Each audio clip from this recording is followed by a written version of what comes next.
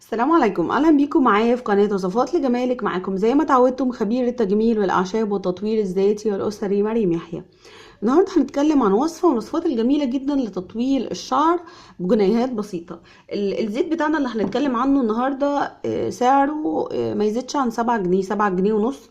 اقتصادي جدا، رائع جدا، فوائده عظيمه جدا، بيطول الشعر بشكل رهيب. فعلا نتائجه مبهرة بشكل رائع يعني. النهارده هنتكلم عن زيت الفلفل. زي ما انتم شايفين زيت الفلفل الاسود، زي ما انتم شايفين الفلفل الاسود بتاعنا اللي بنستخدمه في الطبخ، حتى ادي شكله على العبوة. في منه زيت، الزيت بتاعه ده لتطوير الشعر رهيب، ملوش حل. لكن لا يصلح لاصحاب فروه الراس الحساسه، او الناس اللي فروه راسها بتتحسس بسرعه، او ممكن يحصل لها احمرار حبوب من اي حاجه سبايسي او اي حاجه حاره. فمش اي حد ينفع يستخدم الزيت ده. طريقه استخدامه سهله جدا وجميله جدا وسريعه جدا لاطاله الشعر، رغم انه اقتصادي وسعره بسيط.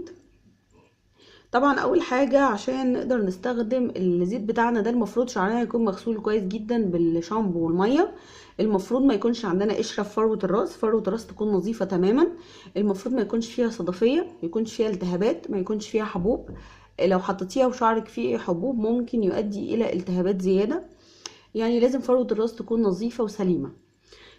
طريقة استخدامه سهلة وبسيطة جدا. أول حاجة بنبدأ ناخد بعد غسل الشعر، طبعا فروة الراس تكون ناشفة تماما، يعني هنغسله النهاردة وننضفه كويس. تاني يوم هنستخدم الزيت، أو هنغسل الشعر الصبح بالليل نستخدم الزيت. هنبدأ ناخد الزيت على أطراف الأصابع ونبدأ نعمل تدليك بالشكل ده زي ما انتم شايفين في اتجاه. اياكي تعملي على فروة الراس تدليك بشكل دائري، انت كده بتقطعي شعرك اصلا. التدليك على فروة الراس بيكون بالشكل ده زي ما انتم شايفين، في الاتجاه كده رايح جاي، بحيث ان انا عملت كده شعري اتكعبل شويه، عملت كده رجعته فردته تاني. تمام. على فروه الراس بتبلي الاطراف اصابعك، اطراف الاصابع فقط، وتعملي التدليك بالشكل ده.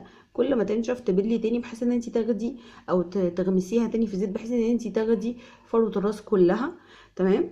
هنبدا ندفي الشعر، هنبدا نحط عليه اشارب من القطن، اشارب قطني، مش بلاستيك، مش كيس نايلون، مش بونيه بلاستيك، مش بونيه بيقفل المسام، لا.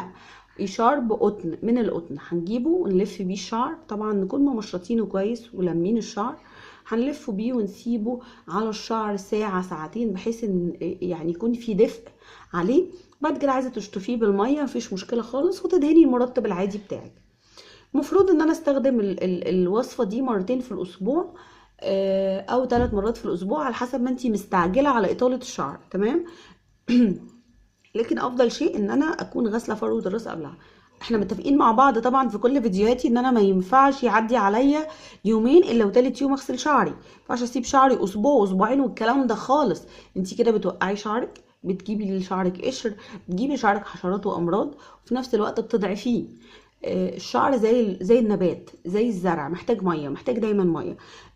على فكرة انت لو غسلت شعرك كل يوم مش هيحصل اي حاجة، ولا شعرك هيقع ولا الكلام ده نهائيا يعني.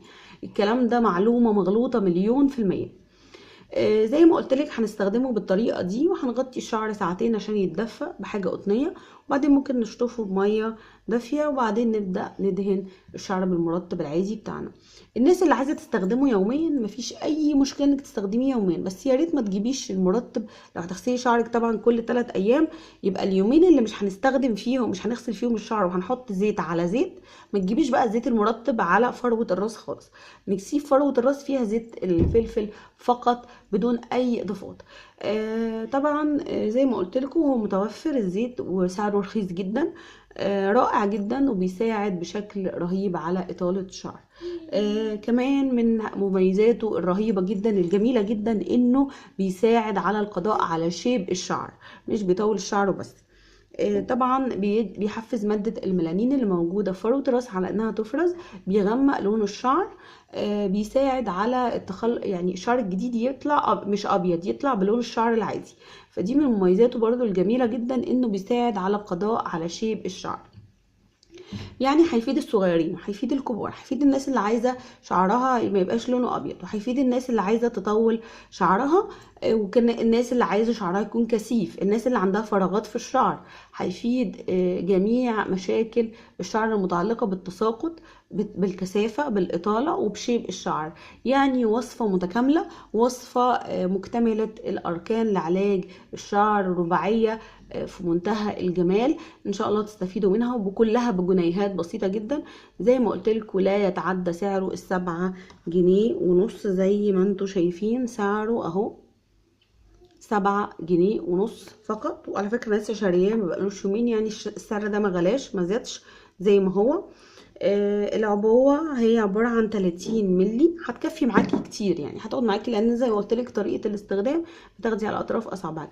بالنسبة للناس اللي عندها مشكلة شيب شعر ممكن تجيب كمية منه باطراف الاصابع برضو على الشعر الابيض، برضو مع الوقت هتدي يعني لون غامق.